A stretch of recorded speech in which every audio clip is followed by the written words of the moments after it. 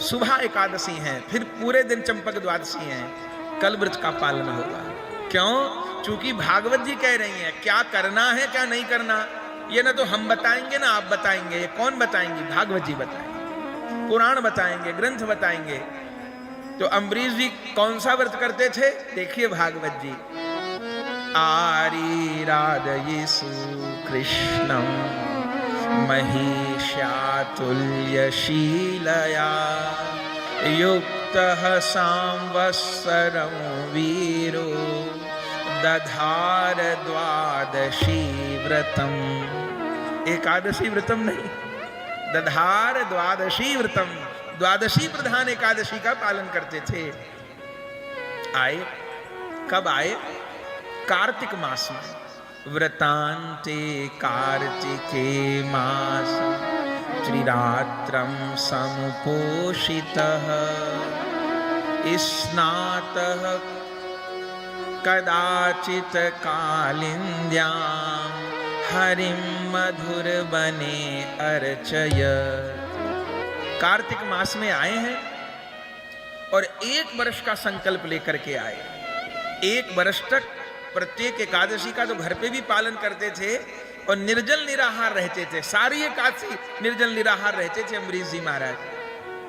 अब 1 वर्ष ब्रज में रहेंगे, एकादशी का व्रत करेंगे और द्वादशी के दिन, प्रत्येक द्वादशी के दिन जितने भी ब्रज में साधु संत ब्राह्मण महापुरुष हैं उन सब का भंडारा, सबका भोजन प्रसाद, साधु से सबको खूब वितरण, जो कुछ भी वस्त्र गाय दक्षिणा सब करेंगे, करने लगे। भागवत जी में वर्णन है कितनी गोदान उन्होंने की। भागवत जी में लिखा है 60 करोड़ गाय दान करी हैं श्री अम्बरीश जी महाराज। 1 वर्ष का अनुष्ठान लेके आए, 60 करोड़ गैया दान करी रहे। कार्तिक मास में प्रारंभ किया और अगला ही कार्तिक आ गया, 1 वर्ष हो गया। आज भी वृंदावन के निकट यमुना जी के किनारे अम्बरीश टीला है। 2 टीला हैं ब्रज में, एक ध्रुव टीला है, एक अम्बरीश टीला है। ध्रुव टीला पर ध्रुव जी ने भजन किया है, अम्बरीश टीला पर अम्बरीश जी ने भजन किया है। यमुना जी के किनारे स्नान करते हैं और मधुवन में श्याम सुंदर की सेवा करते हैं। 1 बरस बीतने को हुआ एकादशी व्रत, और कैसे करते? त्रिरात्रम समुपोषित, दशमी को दोपहर से ही भोजन का त्याग कर देते, रात्रि को नहीं लेते आहार, और संपूर्ण एकादशी निर्जल निराहार, और फिर द्वादशी को ठाकुर सेवा करके साधु सेवा करते तब प्रसाद लेते। हम आप ऐसा नहीं कर पाए तो कोई बात नहीं, फलाहार से भी एकादशी होती है, फलाहार लें, पर इतना प्राणी मात्र को करना चाहिए कि एकादशी के दिन किसी भी रूप में अन्न ग्रहण नहीं करना, किसी भी रूप में अन्न ग्रहण नहीं करना। बोले ठाकुर जी का व्रत नहीं होता, ठाकुर जी को भोग लगा सकते हैं, घर में तो आवश्यकता नहीं है, घर में तो फलाहार बना वो भोग लगाइए, पर मंदिर में अन्न का भोग लगता है। भगवान का व्रत नहीं होता, जैसे करवा चौथ का व्रत पति नहीं रखता, पत्नी रखती है, ऐसे एकादशी का व्रत भगवान नहीं रखते। भगवान को तो अन्न भोग लग सकता है, अपने को फलाहार ग्रहण करना है। बोले प्रसाद की अवमानना हो जाएगी। अजी कैसे हो जाएगी अवमानना? क्या दाल चावल को प्रसाद कहते हैं? कूटू की पकौड़ी को प्रसाद नहीं कहते हैं? अरे जो वस्तु भगवान को भोग लगती है वही प्रसाद है। तो एकादशी को कूटू की पकौड़ी, सामक, ये सब भोग लगेगा, वो प्रसाद है। तो निर्जल निराहार कोई रहे, कल तो निर्जलाई है, सब जानते हैं, भीमसेन के लिए भगवान ने प्रकट की, लेकिन अपना शरीर देख के काम करना चाहिए। निर्जल निराहार रह जाए तो उसको तो प्रणाम है। निराहार निर्जल न रह सके तो निराहार रह करके दूध पर रह जाए, इतना भी ना हो तो फल ले ले, इतना भी ना हो तो फलाहार रहे, कोई बात नहीं। बोले हमको तो बीपी है, शुगर है, भूखा नहीं रह सकते, डॉक्टर ने मना किया। बिल्कुल न रहिए, बिल्कुल भूखा मत रहिए, जितनी बार इच्छा है पाइए। बोले नमक चाहिए, सेंधा नमक पाइए, मीठा पाइए, जो व्रत में पाते हैं पाइए। ये टमाटर हल्दी व्रत में नहीं चलता, ये भी एक भ्रम फैला है। टमाटर अन्न में आता है, व्रत में नहीं आता है। टमाटर हल्दी का उपयोग नहीं होता। अब तो धीरे धीरे लोग हर चीज व्रत में शामिल करते जा रहे हैं कि ये भी होता, ये भी होता, वो भी होता, कोई चीज बची नहीं रही जो नहीं पानी। बाकी टमाटर हल्दी मेथी ये व्रत में नहीं है। तो आहार लेकर के, फलाहार लेकर के भी व्रत रखा जा सकता है। और करे क्या उस दिन? बोले अपने यहां तो व्रत की कथा पढ़ने का भी प्रचलन नहीं है, कोई पढ़े तो मनाही भी नहीं है, पर व्रत की कथा पढ़ने का भी प्रचलन नहीं है महाप्रभु जी के मार्ग में। क्यों? कि कथा में यही लिखा है, क्योंकि सकाम ऋषियों ने कथाएं लिखी हैं, तो यही लिखा है ये वाली करे से ये होगा, ये वाली एकादशी करे से ये होगा, ये वाली एकादशी करे से ये होगा। पुत्रदा करोगे तो पुत्र मिलेगा, और उत्पन्ना करोगे तो धन मिलेगा, और फलानी करोगे तो जमीन मिलेगी, ये लिखा है। ये भी गलत नहीं है, क्योंकि सब लोग तो निष्काम होते नहीं हैं। तो ऋषि लोग किए चलो लालच से करेंगे एकादशी तो फिर कभी शुद्ध भक्त भी बन पाएंगे, तो गलत वो नहीं है। लेकिन अपने यहाँ कथा पढ़ने का भी प्रचलन नहीं है। क्यों? क्योंकि इसमें सकामता का वर्णन है। तो श्री गौरांग महाप्रभु जी जिन्हें एकादशी की आज्ञा किए हैं, वो एकादशी केवल राधा गोविंद की प्रसन्नता के लिए है। एकादशी करे से श्री कृष्ण प्रसन्न होते हैं, इसलिए एकादशी का व्रत करना है। तो व्रत तो करना है, अन्न का त्याग करना है, तो बाकी क्या करना है? बाकी इतना करिए कि जो भजन करते हैं वो एकादशी को बढ़ा के करिए। एकादशी हरिवासर है। अगर 4 माला करते हैं रोज तो दिन 8 करिए, 8 करते हैं तो 16 करिए, 16 माला करते हैं तो 32 करिए। और क्या करिए? हो सके तो कीर्तन करिए। ये सबसे बड़ी साधना है, कीर्तन करिए, कीर्तन करिए। 2, 4, 5, 10 लोग मिलके करें, और वो नहीं हो पा रहा, कोई नहीं साथ, तो अकेले करिए, कोई बात नहीं। जैसा आता है वैसा करिए। कीर्तन करिए बैठ के, जितनी देर हो सकता है कीर्तन करिए। यही सबसे बड़ी कथा है, यही एकादशी की सबसे बड़ी विधि है। नहीं तो आदमी यही पूछता है कि विधि क्या है, विधि क्या है, विधि क्या है। विधि यही है कि हरिनाम करिए, हरिनाम करिए, हरिनाम करिए, यही विधि है। एकादशी हरिवासर है। अम्बरीश जी इसी विधि से एकादशी व्रत किए हैं। और देखिए, और सब जो व्रत हैं, बहुत से लोग प्रदोष करते हैं, पूर्णिमा, अमावस, अष्टमी, जो कुछ करते हैं ठीक है। बाकी वैष्णवाचार्यों की आज्ञा है एक एकादशी को पकड़िए बस। एकादशी व्रत में सारे व्रत हैं बंधुओं। ये नहीं कह रहे कि और व्रतों की महिमा कम है, पर जैसे श्री हरि की आराधना करने से सारे देवताओं की आराधना हो जाती है, ऐसे एकादशी व्रत करने से जगत के सारे व्रत हो जाते हैं। एकादशी व्रत के भीतर सारे व्रत हैं। ये हम नहीं कह रहे, ये ग्रंथ कह रहे हैं। एकादशी करिए, और व्रत कोई करे तो पुण्य मिलेगा, और न करे तो कोई बात नहीं। कोई पूर्णिमा का व्रत करे तो उसको पुण्य मिलेगा, न करे तो कोई बात नहीं। लेकिन एकादशी में ऐसा नहीं है। एकादशी करिए निष्ठा पूर्वक तो गोविंद प्रसन्न होंगे, और एकादशी नहीं करेंगे तो अपराध होगा। एकादशी नहीं करते हैं और व्रत नहीं करे से तो अपराध तो नहीं होगा, पर एकादशी न करने से अपराध होगा, क्योंकि भगवान की आज्ञा है वैष्णव मात्र को एकादशी व्रत का पालन करना है। वो कैसा मनुष्य है, कैसा वैष्णव है जो एकादशी व्रत का पालन नहीं करता? वो वैष्णव नहीं है। वैष्णवों के 3 लक्षण हैं, 3 बाह्य लक्षण हैं: नाम निष्ठा, तुलसी निष्ठा और एकादशी निष्ठा। जो इन 3 निष्ठाओं का पालन नहीं करता वो वैष्णव नहीं है। तुलसी निष्ठा, गले में तुलसी हो, और गले में तुलसी तब होगी जब प्याज लहसुन छोड़ेंगे। ऐसा नहीं कि प्याज लहसुन के पकौड़े भी खा रहे हैं और कंठी भी पहरे हैं, ऐसा नहीं होता है। तो तुलसी निष्ठा, दूसरी नाम निष्ठा, जो भी गुरुदेव नाम प्रदान किए हैं उसका निष्ठा पूर्वक जप, और तीसरी एकादशी निष्ठा। इन तीनों निष्ठाओं का पालन नहीं किए तो हरि भक्त नहीं है, फिर राधा गोविंद की भक्ति पूरी नहीं है। फिर अम्बरीश जी ने तो इन तीनों व्रतों का महान पालन किया है।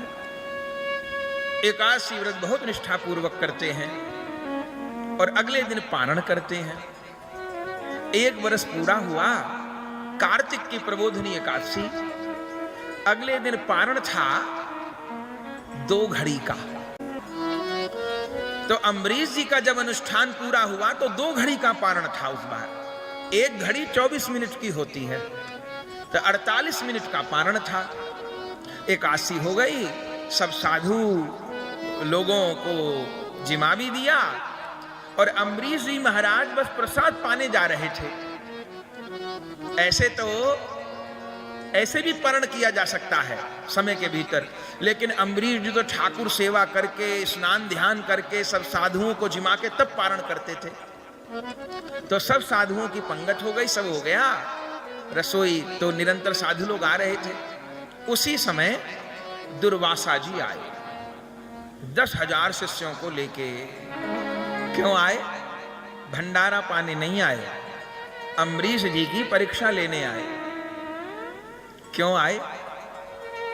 बोले नारद जी के शिष्य हैं अम्बरीश जी महाराज, और नारद जी जहां जाते वहीं अम्बरीश जी का यश गाएं।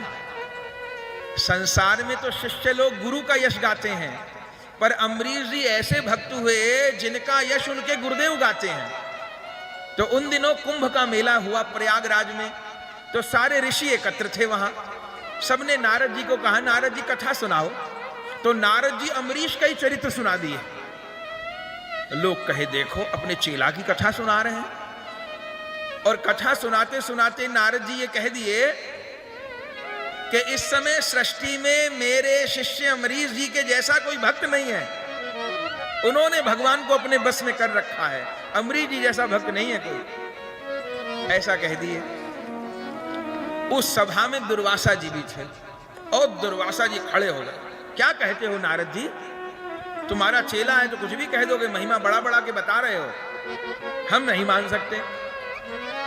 नारद जी ने कहा कि नहीं, मैं झूठ नहीं कह रहा, मैं सत्य कह रहा हूं। इस समय अम्बरीश ने पतिव्रता स्त्री जैसे पति को वश में करती है ऐसे वश में कर लिया है भगवान को। दुर्वासा जी नाराज हो गए, हम नहीं मानते।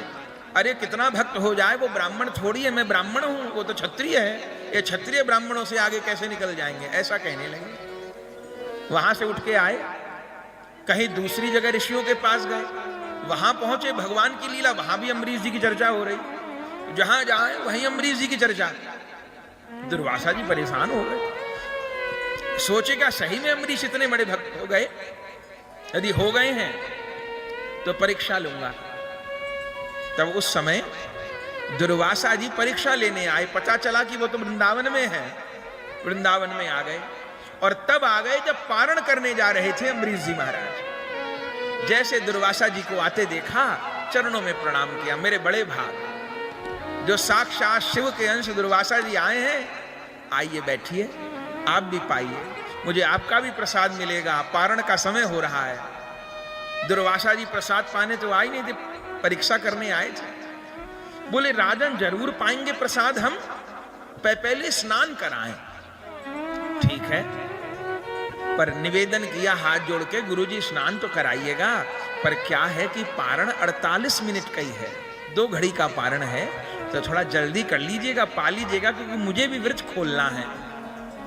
हाँ हाँ ठीक है, हम जानते हैं कितनी देर का पारण है, क्या है क्या नहीं है, सब जानते हैं। दुर्वासा जी स्नान करने गए, यमुना जी पे जान पूछ के देर लगाए।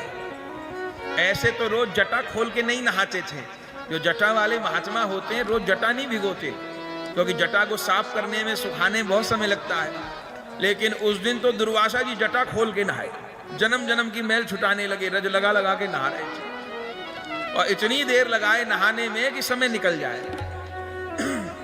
इधर अम्बरीश जी धर्म संकट में पड़ गए, भीतर जाएं बाहर आए, भीतर जाएं बाहर आए, दुखी हो गए, क्या करूं? अगर पालूं तो अपराध है, महात्मा को निमंत्रण दे दिया तो उनसे पहले पाके नहीं बैठ जाऊंगा, और न पाऊं तो मेरा व्रत खंडित हो जाएगा। आज तो अनुष्ठान पूरा हो रहा है। तब गुरु वशिष्ठ जी, जो कुल गुरु हैं वशिष्ठ जी, उनसे कहा हाथ जोड़ के हे गुरुदेव मुझे बताइए मैं क्या करूं।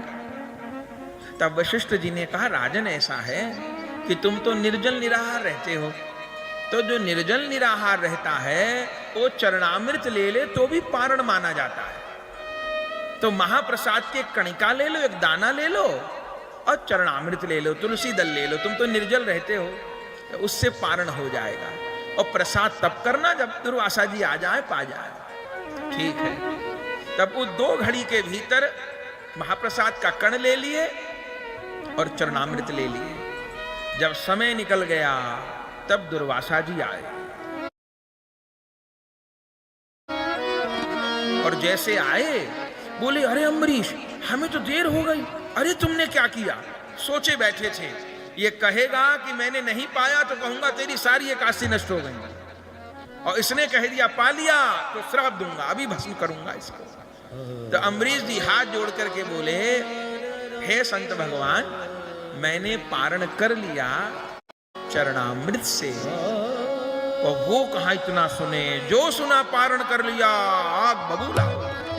एवं ब्रह्मांड उत्कृत्य जटाम रोषम विदीप, सिर से जटा उखाड़ ली दुर्वासा जी ने और जटा को लेके पृथ्वी पर पटका।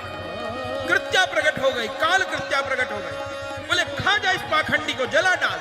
ये पाखंडी बड़ा भगत बनता है, मुझको बुला करके और बिना पवाए खुद खा के बैठ गया, अब तेरा झूठा पाऊंगा मैं। और जैसे कृत्या को प्रकट किया वो कृत्या झपटी अम्बरीश जी को खाने के लिए, पर दुर्वासा जी को खबर नहीं थी। भगवान ने अम्बरीश जी की रक्षा में सुदर्शन रखा हुआ था। अभी सुना ना, वो तो निरंतर ठाकुर सेवा में रहते थे, तो राजकाज का पालन कैसे हो, कोई दूसरा राजा आक्रमण न कर दे। तो भगवान ने सुदर्शन चक्र को आज्ञा दे रखी थी, वो सुदर्शन हर समय अम्बरीश जी के राज्य की रक्षा करते थे। जैसे कृत्या अम्बरीश जी को खाने के लिए दौड़ी, उसी समय सुदर्शन प्रकट हो गया और सुदर्शन चक्र ने काल कृत्या को नष्ट कर दिया।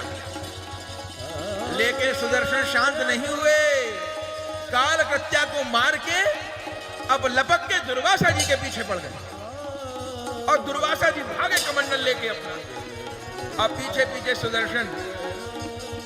यतो यतो धावती तत्र तत्र सुदर्शन, जहां जहां भागे वहीं वहीं पीछे सुदर्शन पहुंचा। कहां जाऊं, शरीर पे फपोले पड़ गए, सुदर्शन आग बरसा रहे थे। भागते भागते स्वर्ग में गए। इंद्र को कहा बचा लो बचा लो बचा लो, सुदर्शन पीछे पड़ा है। इंद्र ने तो स्वर्ग के द्वार बंद कर लिए, यहां मत आना, तुम्हें भी जलाएगा, सुदर्शन स्वर्ग को भी नष्ट कर देगा। तब भागे भागे ब्रह्मा जी के पास गए, ब्रह्मा जी से कहा लोक पिता हो बचा लो। ब्रह्मा जी ने कहा नहीं नहीं, भक्त के द्रोही को कोई नहीं रखेगा, चला जा यहां से। तब भागे भागे शंकर जी के पास गए, हे भोलानाथ मैं तुम्हारे अंश हूं, बचा लो सुदर्शन आ रहा है। भोले बाबा ने कहा भक्त का अपराध करके आए हो, नहीं नहीं मैं भी आश्रय नहीं दूंगा। तो कहां जाऊं, अरे जिसका चक्र है उसी के पास जाओ, और कौन बचाएगा। तब दुर्वासा जी भागे भागे वैकुंठ चले गए। अब वैकुंठ के द्वार से ही पुकारा, नमो ब्रह्मण्य देवाय गो ब्राह्मण हिताय च जगत हिताय कृष्णाय गोविंदाय नमो नमः। हे ब्रह्मण्य देव, हे आर्तनाशक, हे भक्त रक्षक, मैं तुम्हारी शरण हूं। देखो तुम्हारा सुदर्शन मुझे मार रहा है, मुझे बचाओ। भगवान तो कोई उत्तर ही नहीं दिए, ऐसे हो गए भगवान जैसे बहरे हो गए हो। दुर्वासा जी चीख चीख के कह रहे, अरे ब्रह्मण्य देव तुम तो ब्राह्मणों के भक्त हो। भृगु जी ने सीने पे लात मारी थी ना, भृगु जी ने सीने पे लात मारी थी, तो आपने उस ब्राह्मण के चरण पकड़ के कहा था कि मेरी छाती तो बड़ी कठोर है, तुम्हारे चरण बड़े कोमल हैं, चोट तो नहीं लग गई। इतनी ब्राह्मणों की सेवा करते हो, और यहां मैं ब्राह्मण चीख चीख के हार गया, ऐसे हो गए जैसे कानों में रुई लगा ली हो, मेरी रक्षा करो। भगवान ने कहा देखो दुर्वासा जी, आपने बिल्कुल ठीक कहा, मैं ब्रह्मण्य देव हूं, दुखिया का दुख दूर करने वाला हूं, आर्त के आर्त का नाश करने वाला हूं, लेकिन उससे पहले मैं भक्त वत्सल हूं। अगर ब्राह्मण भक्ति और भक्त वत्सलता दोनों आमने सामने आ जाती हैं तो पहले मैं भक्त वत्सल हूं, पीछे मैं कुछ और हूं। अरे तो नहीं रक्षा करोगे? तब उस समय भगवान ने जो कहा है, अद्भुत कहा है। ये श्लोक भागवत जी में भी है, ये श्लोक भगवत गीता में भी है। क्या कहते हैं भगवान? अहम भक्त पराधीनो हय स्वतंत्र इव द्विज। हे दुर्वासा जी, अहम भक्त पराधीनो। अरे आप तो स्वतंत्र हो, पराधीन हो। जीव पराधीन होता है, भगवान पराधीन होते हैं। हाँ, ऐसे तो मैं स्वतंत्र हूं, मेरे सिर पर ब्रह्मा शंकर भी नहीं, मैं सर्वतंत्र स्वतंत्र हूं। लेकिन अम्बरीश जैसे भक्तों के मैं अधीन हूं। अहम भक्त पराधीनो है स्वतंत्र इव द्विज। कैसे परतंत्र हो? बोले जैसे पतिव्रता स्त्री सेवा करके अपने पति को बस में कर लेती है, ऐसे भक्त लोग अपने प्रेम से मुझे बस में कर लेते हैं। हे दुर्वासा जी, साधुना साधुना हृदय महयं साधवो हृदयं त्वहं। हे दुर्वासा जी, साधु मेरा हृदय है और मैं साधुओं का हृदय हूं। भक्त मेरा हृदय है और मैं भक्तों का हृदय हूं। जो भक्तों का हृदय दुखाता है तो मेरा हृदय दुख जाता है। जो भक्तों का हृदय प्रसन्न कर लेता है तो मैं प्रसन्न हो जाता हूं। मैनू कोई दस देव जी कि वे सतगुरु देव रिझइए जी। मैनू कोई दस देव जी कि वे सतगुरु देव रिझइए जी। गुरां दे कोल नाम जे मोती बर बर झोलियां पइए जी। ओ कागानू हंस बनो दे ओछे नवा ही चोला पइए जी। गुरु प्रसन्न ते रब प्रसन्न होए, गुरु प्रसन्न ते रब प्रसन्न होए। कदे आज्ञा नहीं बिसरइए जी। गौरदास श्री चरण कमलांदी छाया विचों रहिए जी। मैनू कोई दस देव जी कि मैं सतगुरु देव रिझइए जी। साधु नाम हृदय महयम, साधु मेरा हृदय है, मैं साधुओं का हृदय हूं। आपने साधु का हृदय दुखाया है। अरे वो साधु छोड़ो है, वो तो राजा है, ग्रस्त में रहता है, बाल बच्चे वाला है, राजा है, क्षत्रिय है। ये आपको किसने कह दिया कि जटाजूटधारी कोई साधु कहते हैं? ये किसने कह दिया? अम्बरीश भले राजा हो, भले बाल बच्चे वाले हो, पर मेरी समझ में वो साधु हैं, वो संत हैं। तो साधु किसको कहते हैं? साधु उसको कहते हैं जिसने अपने को साध लिया, वो साधु। केवल शरीर साधु का बनाने से बात नहीं बन जाएगी। जिसने अपने को साध लिया है वो साधु है। और संत कौन है? जिसकी इच्छाओं का अंत हो गया है वो संत है। जिसके जीवन में अब गोविंद के प्रेम की इच्छा बाकी रह गई है वो संत है। ये शब्द इतने सस्ते नहीं हैं। हम लोग तो इन शब्दों को बहुत सस्ता बना चुके हैं। संत बनना बड़ा कठिन है भैया। मेरी समझ में अम्बरीश साधु है। साधु नाम हृदय महयम।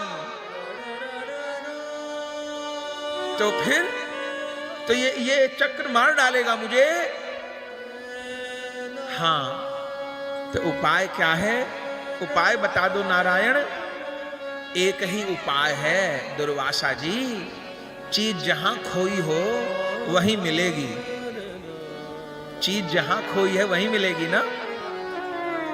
एक बूढ़ी अम्मा थी, उसकी सुई खो गई घर में, अंधेरा था, नहीं मिली तो गली के बाहर जहां लाइट लगी थी, रोशनी हो रही थी, वहां सुई ढूंढने लग गई। एक नौजवान आया, निकला वहां से, देखा अम्मा को ढूंढ रही है। अम्मा से कहा क्या ढूंढ रही हो? कि मेरी सुई खो गई। वो बेचारा भी ढूंढने लग गया सुई को। बहुत देर हो गई, ढूंढते ढूंढते मिली नहीं। तब नौजवान ने कही अम्मा सुई गिरी कहाँ थी? बोली बेटा गिरी तो घर के भीतर थी। तो यहाँ क्यों ढूंढ रही हो? बोले भीतर अंधेरा है, यहाँ उजाला है इसलिए ढूंढ रही हूँ, उजाले में चीज मिलती है ना। तो नौजवान ने कही अम्मा चीज तो उजाले में आदमी ढूंढ पाता है, पर चीज मिलेगी वहीं जहां गिरी है। घर में गिरी है तो बाहर कैसे मिलेगी? शांति हमारी घर द्वार में खोई है तो हरिद्वार में नहीं मिलेगी। कि शांति तो खोई है घर द्वार में और ढूंढ रहे हरिद्वार में, तो वहां नहीं मिलेगी भैया। अगर भीतर से शरीर संसार संबंध की आसक्ति का त्याग नहीं किए तो फिर कहीं चले जाओ।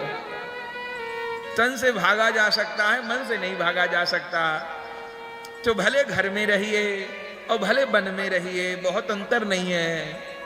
बस साधक को कोशिश ये करनी है धीरे धीरे अपनी ममता के धागों को खोलता रहे और धीरे धीरे ममता के धागे खोल खोल के कन्हैया के चरणों में बांधता रहे। तो ये करना। और घर में रहो कि वन में रहो कि पहाड़ पे रहो कि गुफा पे रहो, इन बातों का बहुत अंतर नहीं है।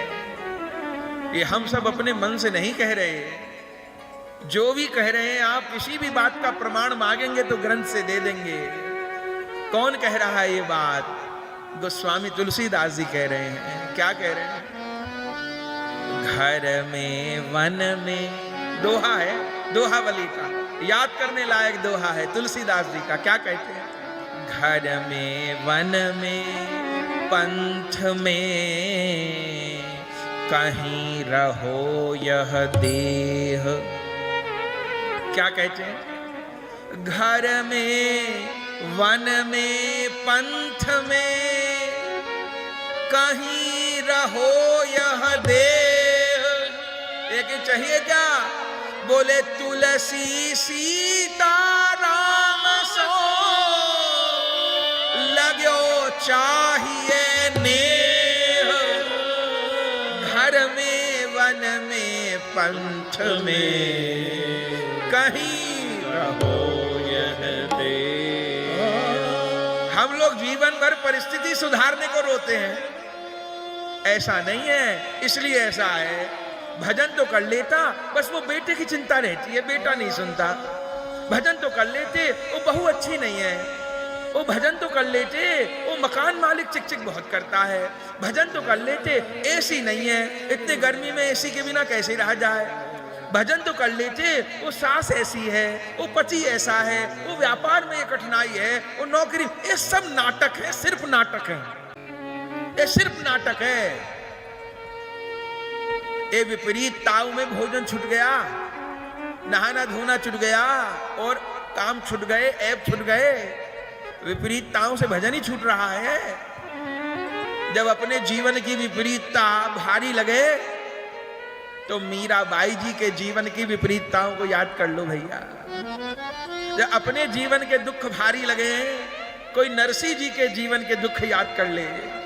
अपने जीवन के दुख भारी लगे तो तुलसीदास जी, सूरदास जी, इन महापुरुषों के जीवन के दुख को याद कर लो, तो लगेगा अपने दुख तो राई के दान के बराबर भी नहीं है।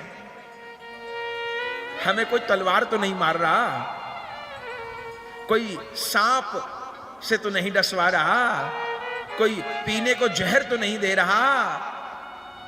मीराबाई के जीवन में तो कोई विपत्ति नहीं जो ना आई हो। पर धन्य है, मीरा जहर पी लेती हैं और जिस दिन जहर पीती हैं उसी दिन पैर में घुंघरू बांध के नाचती भी है। पग घुंघरू बांध मीरा नाची है। विष का प्याला राणा भेजा और पीवत मीरा हासी रे। लोग कहे मीरा भई बामरी और सास कहे कुल नासी रे। मैं तो अपने श्याम सुंदर की आप ही हो गई दासी रे। मीरा के प्रभु कबरे मिलोगे जन्म जन्म की दासी रे। तो मीरा बाई से ज्यादा दुख है क्या हमारे पास? नहीं। तो घर में वन में पंथ में कहीं रहो ये देह। ये भगवान कह रहे हैं ये सब बातें दुर्वासा जी को। दुर्वासा जी कह रहे हैं आपने कहा साधु मेरा हृदय है, तो अम्बरीश साधु छोड़ो है, वो तो घर में रहता है। अरे भले घर में रहता हो बाबरे बाबा, उसने अपनी आसक्ति मुझे अर्पण कर दी है। एक क्षण के लिए भी उसकी देह में गेह में वस्तु में आसक्ति नहीं है। संपूर्ण आसक्ति मुझ में समर्पित कर दी है उसने। तो कहां शांति मिलेगी? तो सुन लो, या तो फिर ये सुदर्शन मेरे कहे में नहीं है, या तो जलो। अगर बचना चाहते हो तो एक उपाय है, क्या? ब्रह्मन तदगच्छ। ए ब्राह्मण चले जाओ। ब्रह्मन ततगच्छ भद्रम चे। कहां जाओ? नाभागतनयम निपो। राजा अम्बरीश के पास चले जाओ। तो क्या होगा? बोले क्षमा पाय महाभागम। फिर महाभाग कहा। दुर्वासा जी को महाभाग नहीं कहा। किसको महाभाग कहा? अम्बरीश जी को अब दूसरी बार महाभाग कह रहे हैं। क्षमा पाय महाभागम शांति तत भविष्यति। ओ महाभाग, तुमको क्षमा कर देंगे तभी शांति मिलेगी। दुर्वासा जी न तो घूमते रहो, कुछ नहीं होने वाला। मेरे प्रति अपराध करते और अम्बरीश के पास जाते तो अम्बरीश मेरा अपराध क्षमा करवा देता। पर अम्बरीश के पास अपराध करके आए हो तो मुझे क्षमा करने की ताकत नहीं है। कृष्ण रुष्ट हईले गुरु राखी वारे पारे, पर गुरु रुष्ट हईले कृष्ण राखी वारे नारे। श्री कृष्ण रुष्ट हो जाए तो गुरु रख सकते हैं, पर गुरु रुष्ट हो जाए तो श्री कृष्ण नहीं रखते। जाओ, अब मरता क्या न करता। तब दुर्वासा जी लौट के आए। इस भाग दौड़ में कितना समय बीत गया था? 1 वर्ष। भक्तमाल जी में लिखा 1 वर्ष बीत गया था। और धन्य है 1 वर्ष तक अम्बरीश जी वहीं खड़े रहे और रोते रहे। क्यों? बोले अरे मेरे कारण ब्राह्मण को कितना दुख हो गया, मेरे कारण महात्मा को कितना दुख हो गया। अरे देखो महात्मा को कितना भटकना पड़ा। वहीं खड़े रहे। बोले देखो भक्ति का प्रताप। अम्बरीश जी भक्ति किए, भगवान के भरोसे रहे, खड़े हैं, भटक नहीं रहे। और दुर्वासा जी तब का भरोसा किए, भगवान का भरोसा नहीं किया तो भटकना पड़ रहा सब जगह। भक्त को तो घर बैठे गोविंद मिल जाते हैं। आश्रय मजबूत रखे अपना। आखिर में दुर्वासा जी दौड़ते आए हैं, अम्बरीश जी के चरण पकड़ लिए। अम्बरीश जी तुरंत उठे, दुर्वासा जी को दंडवत कर रहे। अरे महात्मा क्या कर रहे हो? अरे महात्मा क्या कर रहे हो? दुर्वासा जी अम्बरीश जी कहे मुझे क्षमा कर दो। अम्बरीश जी दुर्वासा जी से कहे मुझे क्षमा कर दो। दुर्वासा जी कहे तुम क्यों क्षमा मांग रहे हो? क्षमा तो मैं मांगूंगा, मैंने तुम्हारे प्रति इतना अपराध किया, जानबूझ के तुम्हारी परीक्षा लेनी चाहिए, जानबूझ के कृत्या प्रकट कर दी तुम्हें मारने के लिए, मुझे क्षमा कर दो। अम्बरीश जी कहे नहीं नहीं, क्षमा मैं मांगूंगा, मेरे कारण भूखे प्यासे आप कहां कहां भटक रहे हो। अरे अच्छा कृत्या मुझे मार देती, कोई बात नहीं, 81 के दिन मरता तो भगवान के धाम ही तो जाता, कोई बात नहीं, वो कृत्या मुझे मार देती, आपको कष्ट नहीं होता। दुर्वासा जी चरण पकड़ लिए। अम्बरीश जी ने प्रणाम किया। दुर्वासा जी लज्जित हो गए। तब अम्बरीश जी ने कहा हे महाराज आप तो भूखे हो, पर 1 वर्ष से मैंने भी भोजन नहीं किया कि मेरे कारण महात्मा को कष्ट हो गया, मैंने भोजन नहीं किया। हे दुर्वासा जी अब आप बैठो, भोजन करो, अब मेरा अनुष्ठान पूर्ण कराओ, मेरी एकादशी पूर्ण कराओ। महात्मा को दुख देके मेरी एकादशी पूर्ण नहीं होगी। आसन बिछाए, दुर्वासा जी को बिठाए, चरण धुलाए। ये महापुरुष निर्वैर होता है, किसी के लिए भी भीतर शत्रुता पाले हैं तो भजन नहीं होगा। साधु का न दुनिया में कोई मित्र है, न साधु का दुनिया में कोई शत्रु है। कोई शत्रु नहीं। किसी पशु पक्षी का भी दिल दुखाए तो क्या होगा? अंतर्यामी रूप में गोविंद सबके भीतर बैठे। किसी प्राणी को भी, चींटी को भी दुख दिए तो वो दुख उस चींटी के माध्यम से गोविंद के पास ही पहुंचेगा। किसी भी प्राणी को दुख नहीं देना है, न मन से, न वचन से, न कर्म से। जिसे भक्ति करनी है, नाटक करना है तो कुछ भी करिए फिर, पर यदि भक्ति करनी है, यदि इस जन्म में अपने जीवन का कल्याण करना है तो व्रत लेना होगा। मैं मनसा वाचा कर्मणा न किसी के लिए बुरा बोलूंगा, न किसी का बुरा सोचूंगा और न किसी का बुरा करूंगा।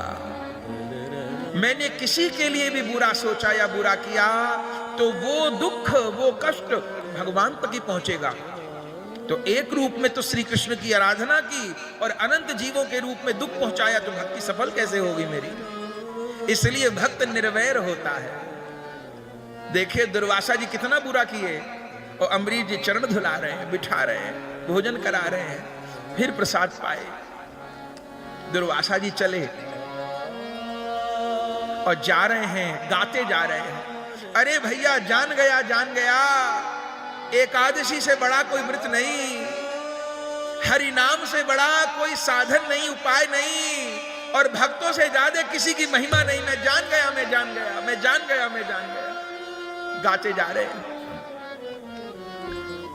बोले दुर्वासा जी ऐसा क्यों करते हैं? अब ये कथा सुनो तो दुर्वासा जी के प्रति अश्रद्धा हो जाएगी ना। अम्बरीश जी के प्रति तो भाव हो जाएगा। और भाई दुर्वासा जी बड़े बुरे व्यक्ति हैं, इतना दुख देते हैं, तो ना भैया, दुर्वासा जी के प्रति बुरा भाव मत रख लीजिएगा। दुर्वासा जी तो शंकर जी के अवतार हैं, शंकर जी के अंश हैं। तो ऐसा क्यों करते हैं? वो ऐसा जानबूझ के करते हैं। क्यों करते हैं? यदि ऐसा न करें तो भक्तों की महिमा संसार में प्रकट न हो। अम्बरीश जी के प्रति ऐसा अटपट व्यवहार किए, वो खुद दुख सह लेते हैं, भागना पड़ा, चक्र ने शरीर जलाया, लेकिन परिणाम क्या हुआ? अम्बरीश जी की महिमा सारे जगत में प्रकट हो गई। तो इसलिए दुर्वासा जी के प्रति दुर्भाव नहीं करना है। इसलिए ज्ञान गुरुमुखी है। नहीं तो केवल कथा पढ़ लेंगे तो अम्बरीश जी के प्रति श्रद्धा हो जाएगी और दुर्वासा जी के प्रति अश्रद्धा हो जाएगी। पर दुर्वासा जी के प्रति भी अश्रद्धा हो गई तो भी भक्ति की हानि हो जाएगी। तो दुर्वासा जी ऐसा क्यों करते हैं? भक्तों की महिमा प्रकाशित करने के लिए, लोग जान जाएं कि भक्तों की कैसी महिमा है।